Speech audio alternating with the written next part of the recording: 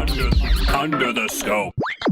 Hey folks, welcome back to Under the Scope, where we put pop culture under the microscope and tell you if it's any good. Today we're doing a review of the brand new motion picture Lucy. This motion picture is in theaters now. It's directed by Luc Besson. You may know him from The Fifth Element. You may know him from The Professional. It also stars Scarlett Johansson in the title character of Lucy and Morgan Freeman as a scientist type.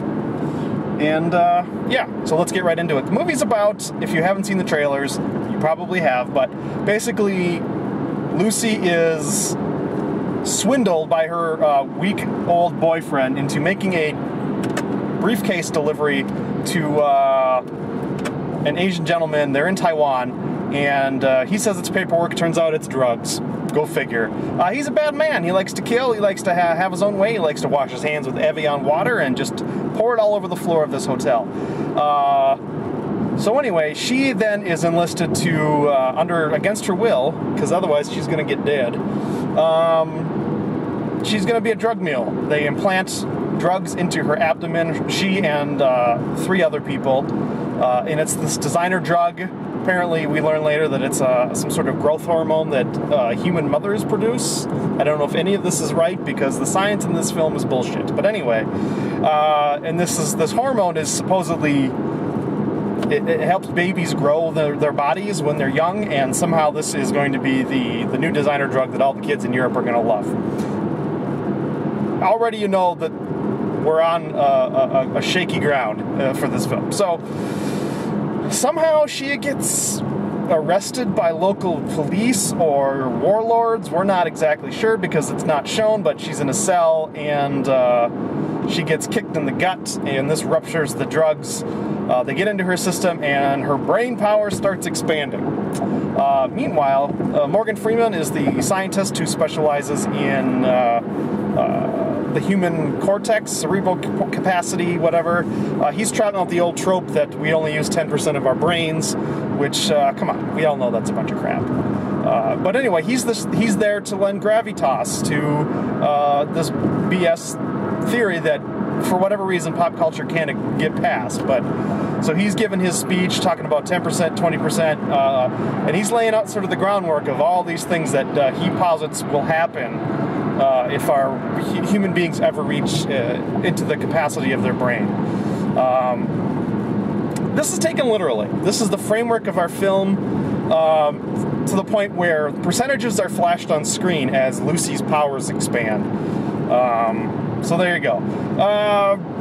She gradually becomes more and more powerful, and eventually turns into a big blob of something and travels through time and meets the first Lucy, who is like one of the first hominids. Anyway, if none of this makes sense, it's because the film doesn't make any sense. I was going into this film hoping that the 10% thing I could get past. It bothered me in the trailers. It bothers me anytime anyone brings it up. Unfortunately, it is sort of the fundamental framework of this film. This idea that we only use 10% of our brains, and if we could just use more of it, we would gain superpowers. We'd gain powers over our own bodies. We'd gain powers over other people's bodies. Eventually, power over the world around us. But for whatever reason, we couldn't gain the power to keep ourselves alive because Lucy has like 24 hours to live. And her whole goal is to apparently get more drugs into her system to expand her brain power and somehow form a next generation supercomputer to dump her knowledge into it and then hand a sparkly USB drive to Morgan Freeman at the end. Listen, guys, it doesn't make any sense. I'm sorry. I'm sorry if I'm spoiling it for you. But the film makes no sense. The science, what there is of it, is bad. I realize that this is a fantasy film and that it's going to take certain leeways with the subject matter, but the science is 100% bullshit. Not only in the brain stuff, but just about in everything. I mean, she can see cell phone patterns, and then there's these laser beams coming out of phones going straight into the sky, which doesn't make any sense because that's not how cell phones work. It's just, everything is bad, and it's just a whole fever dream of ideas and nonsense cut together that doesn't even come into any coalescence at all. I wish I had that hour and 40 minutes back, honestly. About the only thing that I can give it credit for is I thought some of the editing was really, really good, especially in the first scene where she is making her delivery, and they cut in nature footage, so it's sort of she's entering this den and she doesn't know what to do, and we're not sure how it's going to go. But meanwhile, they're cutting in like footage of cheetahs stalking gazelle in the African savannah.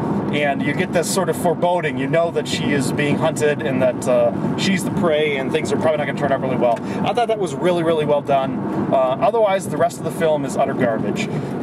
Again, why do they think that getting somewhere faster means going against the flow of traffic? How that is ever a smart thing to do, I don't know. Anyway, I wish I had anything to say good beyond the opening sequence, but I really don't.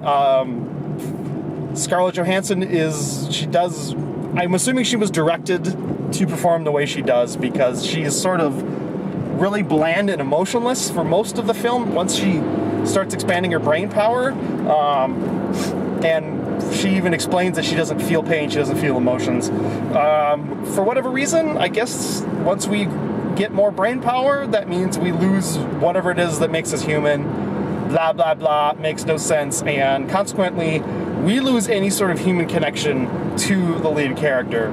And she just becomes this thing that has powers that sort of ebb and flow as needed for the story. And she probably should have killed more of the bad guys when she had a chance, because she certainly didn't have any problem inflicting harm on innocent bystanders. So, again, the story doesn't make any sense. I should probably just give it a score. The Scope score is 1 star. So 1 star. I'm giving it 1 star because I really did think that the editing at the beginning was doing something interesting, and I was intrigued, and I was really hoping that it would carry on through the rest of the film. And there was more nature stuff cut in with the rest of the film, but unfortunately the rest of the film was there too, and it didn't help it. So there you go. Lucy, Luc Besson, in theaters now. It won the weekend. I think it's going to be a steep plummet from here. 1 star. I can't recommend it at all. Even if you're a Luc Besson fan, I can't recommend it. So don't waste your time. Anyway, if you like what we do here, you can like, comment, and subscribe. And we'll check you out next time. Bye, folks. Ladies and gentlemen, we find ourselves once again at the end. I hope you've enjoyed our time together. I know I have. Fear not, Scope faithful. The days shall pass as if they were but a moment, and Jared, Adam, and Shane will return with another thrilling episode.